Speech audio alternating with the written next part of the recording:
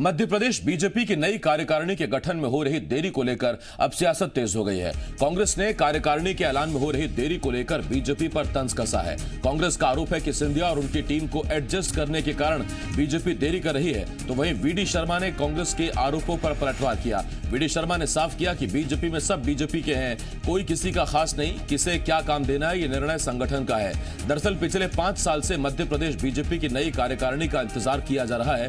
इस दौरान 3 बीजेपी अध्यक्ष बदले जा चुके हैं। वीडी शर्मा के प्रदेश अध्यक्ष बनने के बाद नई टीम में युवा और नए चेहरों को तरजीह देने की प्लानिंग थी, लेकिन सिंधिया खेमे के बीजेपी में शामिल होने और प्रदेश में पार्टी की सरकार आने के बाद एक बार फिर कार्यकारिणी के गठन में देरी हो रही है।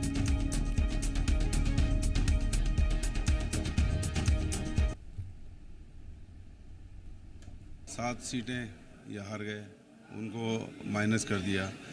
जो इनको बहुमत चाहिए था उसके लिए सीटें में इन्होंने ज़्यादा काम किया।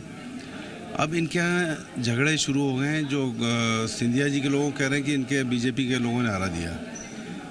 अब ये झगड़े चल रहे हैं, कैबिनेट विस्तार का झगड़ा है, विधानसभा अध्यक्ष झगड़ा है, इसलिए अब झगड़े ही झगड़े हैं। न उसका विस्तार होगा, न कैबिनेट का, और न ही विधानसभा। ये सब चीज़ों को बढ़ाएंगे, आगे बढ़ाते जाएंगे, मार्च तक ले जाएंगे। भारतीय जनता पार्टी अपने तंत्र और सिस्टम से काम करती है। भारतीय जनता पार्टी में जिस कार्यकर्ता को जहां आवश्यकता है वो वहां काम करेंगे। वो किसी के समर्थक नहीं है। ये भ्रम मुझे लगता है कि हम सब लोगों ने दूर कर लेना चाहिए। भारतीय जनता पार्टी के सब कार्यकर्ता हैं, तो यहां भाजपा के कार्यकर्ताओं में जिसकी जहां आवश्यकता है, कौन किस काम के लिए उपयोगी है, हम तो कहते हैं कि प्रत्येक काम के लिए कार्यकर्ता, और प्रत्येक कार्यकर्ता के लिए काम सबको मिलेगा। संदीप हमरकर, जी मीडिया संवाददाता, इस वक्त इस बड़ी खबर पर हमारे साथ जुड़ रहे हैं। संदीप, सरकार तो बन गई, वीडी शर्मा की टीम कब बनेगी? यही सवाल है जो आबो हवा में तैर रहा है, और ये सवाल जब वीडी शर्मा से कहे तो पूछे तो वो जवाब देते हैं कि जल्द ही तैयार हो जाएगी। हालांकि जो शुरुआती बातचीत हुई थी उसके बाद में लग नहीं रहा था कि वीडी शर्मा को अपनी टीम बनाने में मुश्किल होगी जब वो अध्यक्ष बने थे, और जबकि उन्होंने कई जिलों के अध्यक्ष भी बना दिए थे और अपनी ये मंशा जाहिर कर दी थी कि वो युवा और नए चेहरों को तरजीह देंगे।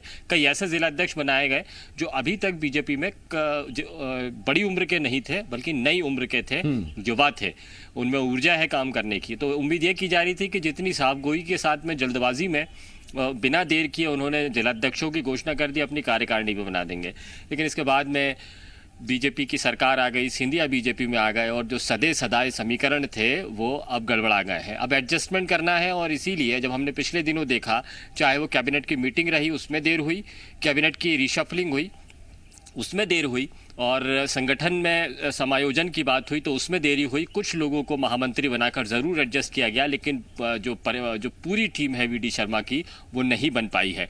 अभी भी एडजस्टमेंट की बात हो रही है। सिंधिया समर्थक बहुत सारे मिनिस्टर्स हैं, सीनियर लीडर्स हैं, जिनको कुछ ना कुछ काम लेना है। मसलन इमरती देवी है, अंदल सिंह कसाना है, जैसे दूसरे लीडर्स हैं जिनका इस्तेमाल करना है। उनका इस्तेमाल किस तरह से किया जाएगा? अगर वो सरकार में नहीं होंगे तो संगठन में अपनी एक प्रभावी भूमिका में रहेंगे।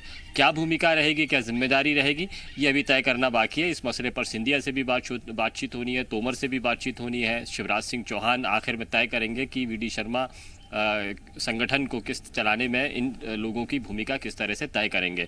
वीडी शर्मा को ही तय करना है सब कुछ, लेकिन एडजस्टमेंट में देरी हो रही है।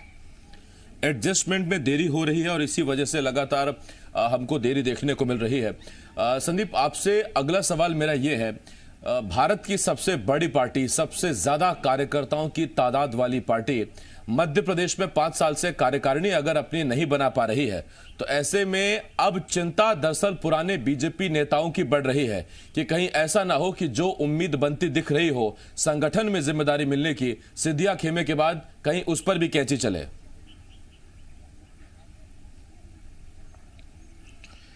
देखिए, कैंची तो चलना लाजमी है, क्योंकि नए समीकरणों के साथ में अब सरकार भी है, सत्ता भी है, संगठन भी है, तो बहुत सारे पदों पर भी कैंची चलना है। संगठन में समायोजन भी किया जा सकता है, लेकिन अब ये तय होगा कि बीजेपी की जो वीडी शर्मा की कार्यकारिणी होगी वो बड़ी होगी। आमतौर पर जितनी हुआ करती थी वैसी नहीं होगी, बल्कि अब थोड़ी सी बड़ी होने वाली है।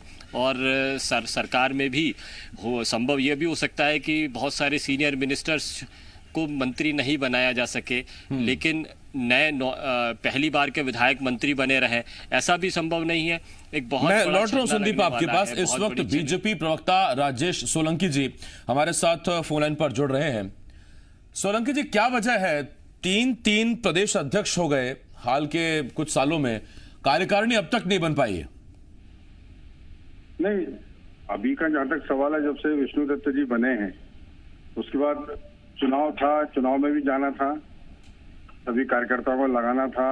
फिर उनके बाद पार्टी बड़ी सौभाग्यशाली की जब से प्रदेश अध्यक्ष बने उसके तुरंत महीने भर के अंदर ही हमारे मुख्यमंत्री भी बन गए, उनका भी मंत्रिमंडल था और फिर लगातार काम चलते रहे। और हमारा एक नियम है, संविधान में भी है कि नया प्रदेश अध्यक्ष बनता है तो जब तक कार्यकारिणी गठन नहीं होती पुरानी कार्यकारिणी काम करती है, इसलिए पुरानी कार्यकारिणी काम करती रही।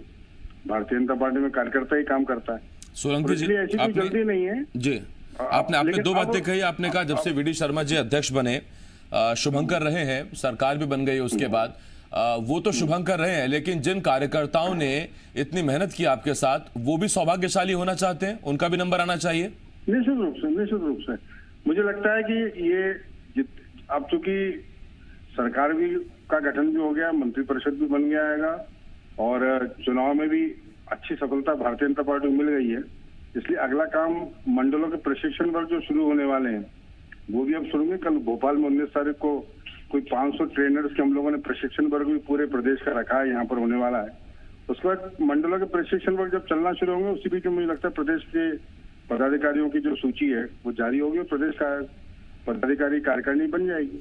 सोलंकी जी, दरअसल खबर यह है कि देरी इस वजह से है कि टीम तो करीब करीब तय हो गई थी कि कौन कौन से चेहरे रखने हैं, कौन से चेहरे नहीं रखने हैं, लेकिन जो हालिया बदलाव हुए, जैसे सरकार का बन जाना, सिंधिया समर्थकों का सिंधिया संघ बीजेपी में आ जाना, उसके बाद से वो सब धरी की धरी रह गई फेरिस्त।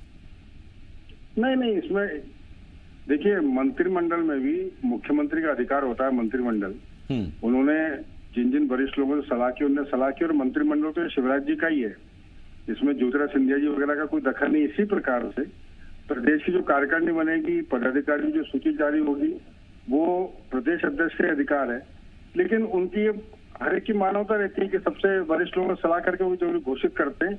जहां तक ज्योतिरादित्य सिंधिया जी का सवाल है, न मंत्रिमंडल में उन्होंने मुख्यमंत्री जी को उनने जो पूछा होगा वो बताया होगा, लेकिन ऐसा कोई जोर जबरदस्ती वाला दबाव का काम नहीं था।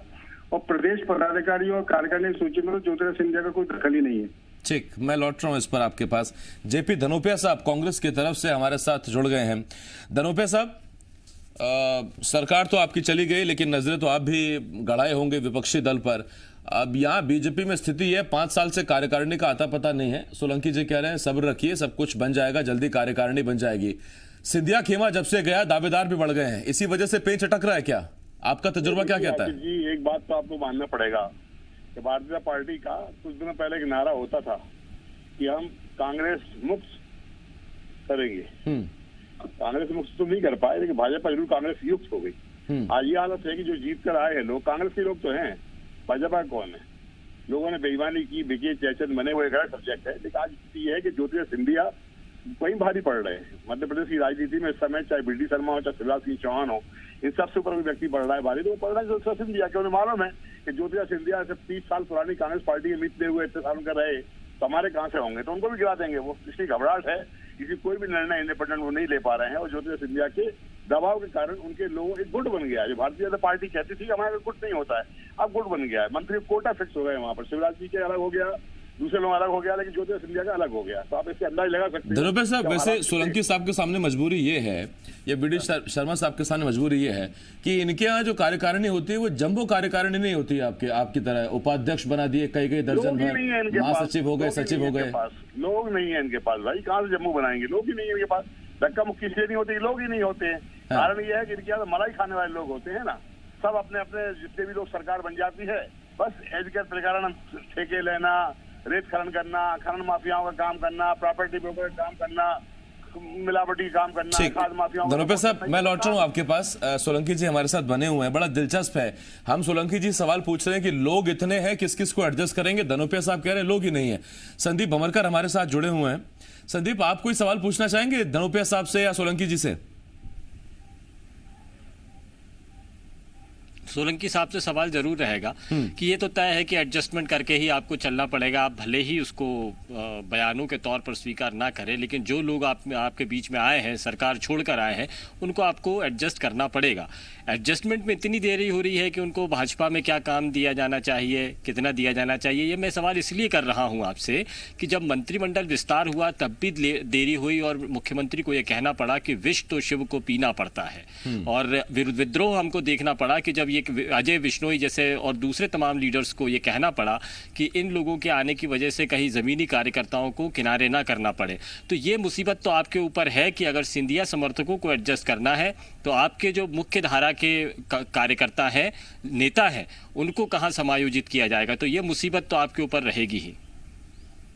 नहीं, देखिए संदीप जी, आपको भी मालूम है कि ये बात सही है कि ज्योतिरादित्य सिंधिया जी से सलाह ली गई थी जहाँ तक शिवराज जी के मंत्रिमंडल का सवाल था, लेकिन निर्णय आखिरी में शिवराज जी ने किया। उसमें एक ये बंधन तो था ही कि जो विधायक हैं, जो आए हैं, उनको भी लेना है, कुछ हमारे विधायक भी लेना है, क्योंकि सरकार हम लोग नहीं बनाने जा रहे थे, इसलिए एडजस्टमेंट करना ये शिवराज जी का धर्म भी था, उनका कर्तव्य भी था, और इसलिए उन्होंने कहा हो रहा है कि मुख्यमंत्री जी के विष पीने के बाद में अब वीडी शर्मा जी को विष पीना पड़ रहा हो। नहीं, मैं फिर बताता हूँ। विष्णु दत्त जी की जो कार्यकारिणी बनेगी, जो पदाधिकारी बनेंगे, उसमें ये कोई प्रतिबंध और ये बंधन हमारे पास नहीं है। उस समय था कि जो विधायक छोड़ के आए उनको लेना है, लेकिन अब तो वो स्थिति है ही नहीं। और इसलिए आप जब विष्णु दत्त जी की कार्यकारिणी घोषित होगी ना, तो आप देखेंगे कि जो भारतीय जनता पार्टी के लिए समर्पित और पुराने कार्यकर्ता हैं वही उसमें होंगे।